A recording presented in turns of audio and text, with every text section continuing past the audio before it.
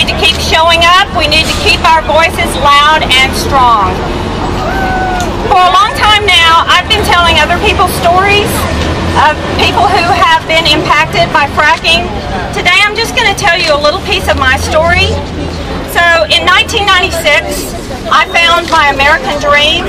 I moved to 42 beautiful acres in Wise County, Texas, adjacent to the LBJ National Grasslands. I could walk out my gate and be standing on the national grasslands. I wanted to live on the same property with my horses, at where my children could run wild and free like I did when I was a child. Little did I know that in 2002 there was a strange marriage in my backyard. Hydraulic fracturing and horizontal drilling. They are newlyweds. They are still in the experimental stage, and I am tired of them experimenting with the American public, our water, and our air.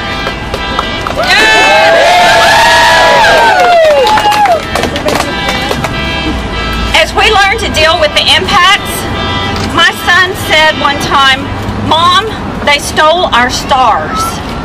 We could no longer see the stars at night.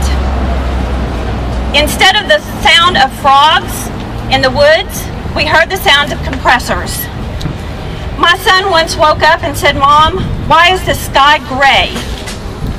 So living in the fracking zone felt like living on the edge of a volcano. So I had to give up my American dream like so many other people are doing right now. I moved into the city. For the first time in my life, I no longer own horses. Some other blonde girl is loving my horses. There are thousands and thousands of people all over America like me. And as long as it's been, I cannot talk about it without crying, and that makes me mad. Yeah. As fracking expands into new areas, an opposition, a very diverse opposition of real people, grows and comes together to demand accountability and respect from this industry. But our lawmakers can't hear us, because their ears are stuffed too full of industry money. We need all our voices. We need to get louder so that our lawmakers can hear us. Thank you. Thank you for being here. Now I want to introduce you to a good friend of mine, Calvin Tillman. He's the former mayor of a little town called Dish, Texas. You might have heard about him. Thank you, Sharon. And thanks for everybody for coming down. I mean, this is really fabulous to have this many people out here in support of us folks in Texas that have been kind of on the island for several years now, trying to fight this battle on our own. So I really appreciate all of the folks coming down here to support us. Being a local mayor, it was very important to me to have some local control over things that happen within our limits, within our corporate boundaries. And right now there's legislation in this house behind us that's trying to take that away from us. And we have to stop that. If people can choose to do this, why can't we choose not to? Does freedom only work one way? No! And so thank you all for coming down here and helping us. And you know what? Maybe we'll come and help you. Maybe we can be all in this together. Together we bargain, divided we beg. And so let's stay in this together. And thank you all. Thank you, Calvin. Now I'd like to introduce you to a colleague of mine, Nadia Steinzer. She works with me at Earthworks Oil and Gas Accountability Project, and she's going to talk to you about health impacts.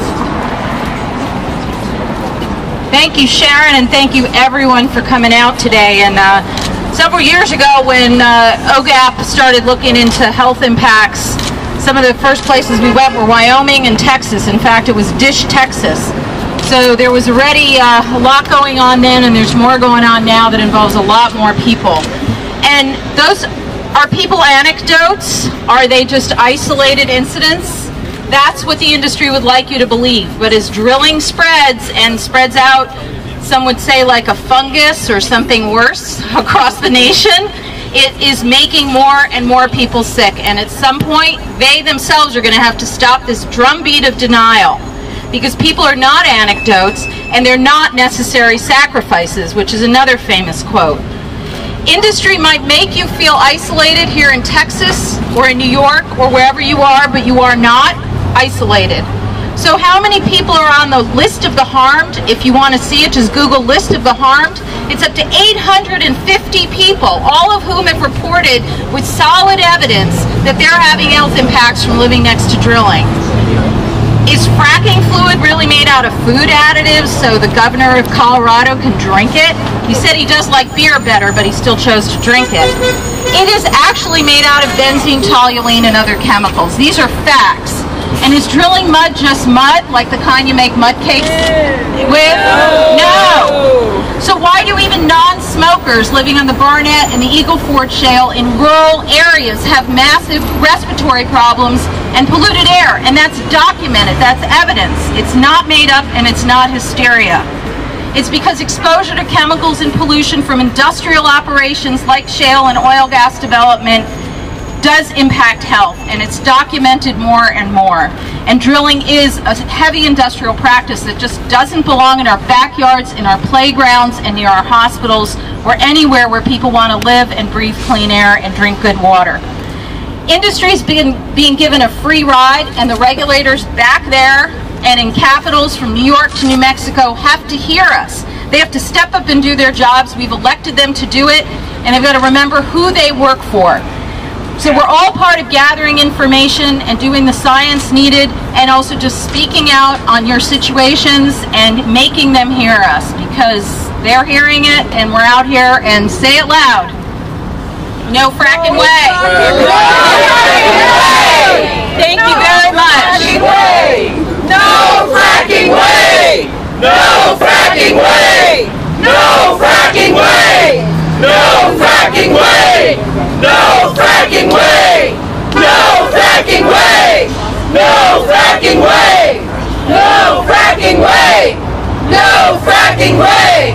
No fracking way! Good job, y'all. Good job. Now I'd like to introduce you to a lobbyist who is on our side, one of the few lobbyists who's on our side.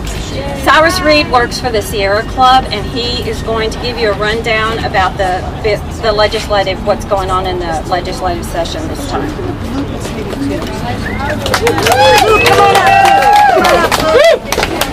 Thank you.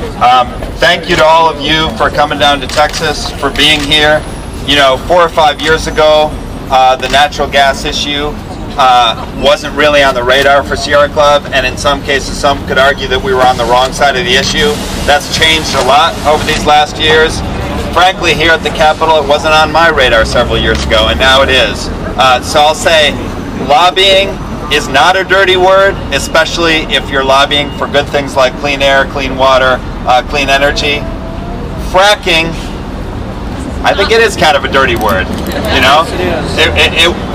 They used it in Battlestar Galactica, and we didn't even know what it meant.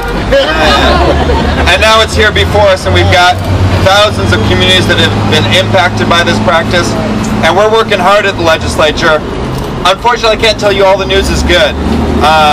My friend Mr. Tillman already mentioned HB 1496 by Representative Taylor that would take away the rights of local communities, be it Dish or be it Dallas, that actually want to regulate this stuff and say only the state can regulate it. That's wrong.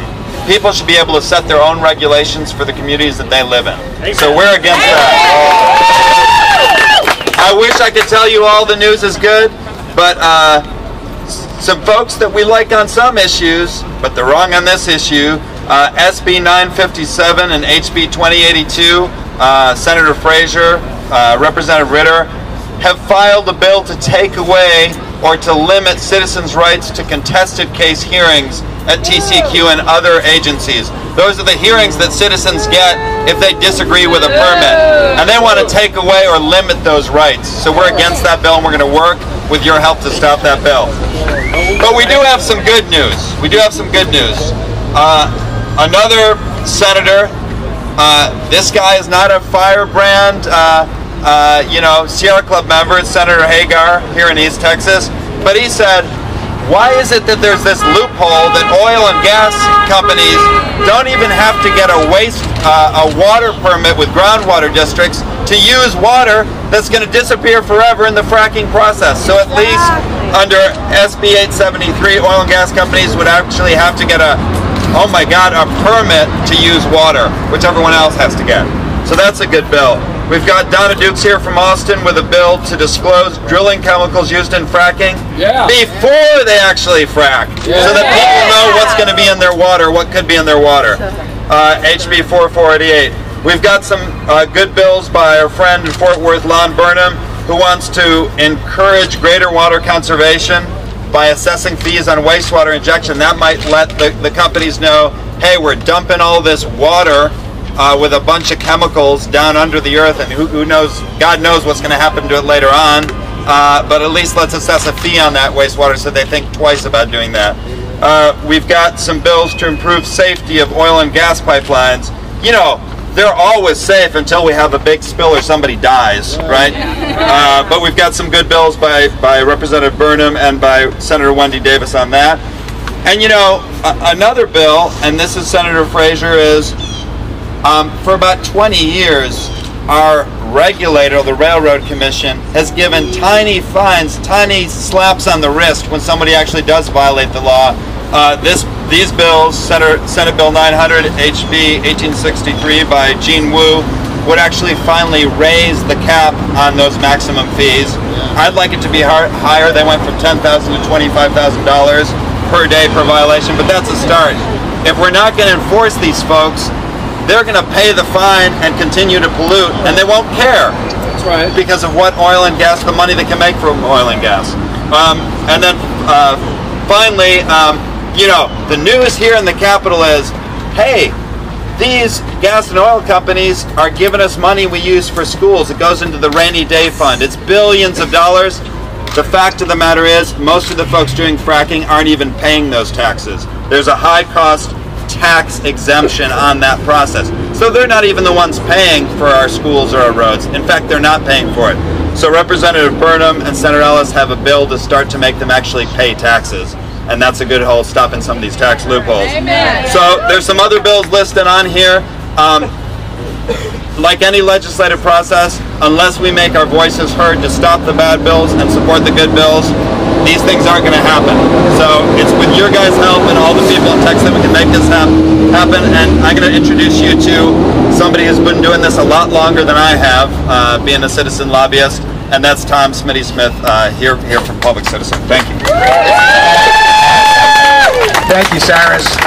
I've been doing this in the Texas State Capitol for 30 years, and for another decade before that in Indiana and Illinois and a number of other locations. And the one lesson I've learned is the only thing that beats organized polluters is organized people. Yeah. And what's happening now is we're beginning to get organized and we're beginning to make our voices heard. Time and time again, when people stand up and say, you're taking away our rights to be able to have horses, to be able to see the sky, to be able to have clean air and clean water, the legislature eventually listens. And it is time for us once again to say to our legislators, you work for us, not the oil companies, and you need to listen to us. And so our job is to say once again, no fracking way. And to be able to say, there are a number of good bills we want you to pass this session. But the most important message here is that we have rights as citizens and that you are taking them from us. These are our private property rights. These are the rights that we were guaranteed by the Texas Constitution and the U.S. Constitution, and you're taking them from us to be able to give private gain to a few companies. And that's not okay. Never is it okay.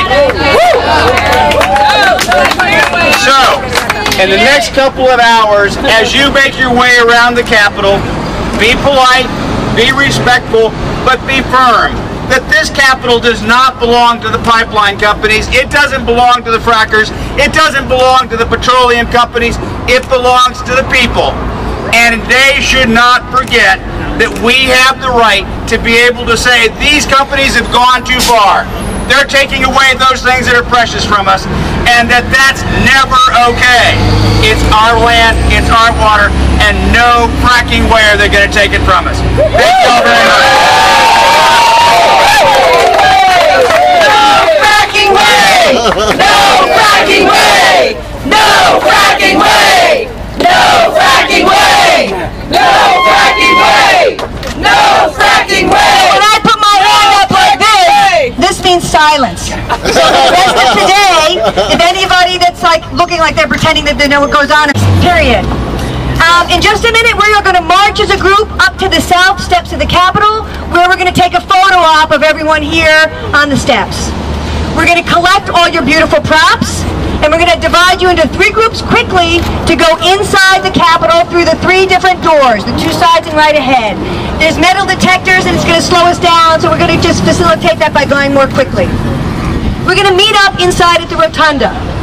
Right now, I believe there's a high school band that has a concert going on for an hour. And we're going to talk to them and find out whether they might be willing to give us 3 minutes to sing our Stop Fracking song. And hope to work that out with them. If we can't work that out, we may not sing our song in the Rotunda today, which I'd be a little disappointed in, but you know what, I don't want to mess up their event, quite frankly. So we're going to play that by ear, and we're going to sing the song before we leave here so we all know it, and we're going to work together inside to see if we're singing it or not. But then, we're going to march back outside. Interrupt those kids. That's what she just said. Okay. Don't worry, we're not going to mess up those kids. We are here, we are all on the same team, friends. We're going to march out the other side, which is the north side. And we're going to pick up our props again, and we're going to walk 2 blocks to the Texas Railroad Commission. Now, I want to ask somebody, has anyone ever been in an earthquake before? Yes. So if you've been in an earthquake, what happens? What do you look like when an earthquake is happening? Yeah. Frazzled, movement, unsure? Well, let me just say, should an earthquake begin to happen near the Texas Railroad Commission, we invite as many of you as possible to engage in the earthquake dance. If you can fall on the ground as part of that, awesome. If you can't, it's all right. We want to send a message to the Texas Railroad Commission what they're doing is not okay. We'll do our earthquake, we're going to sing our song again, close the rally up, and people are going to go back and keep working and organizing against fracking and all other fossil fuel extraction. So that's the plan.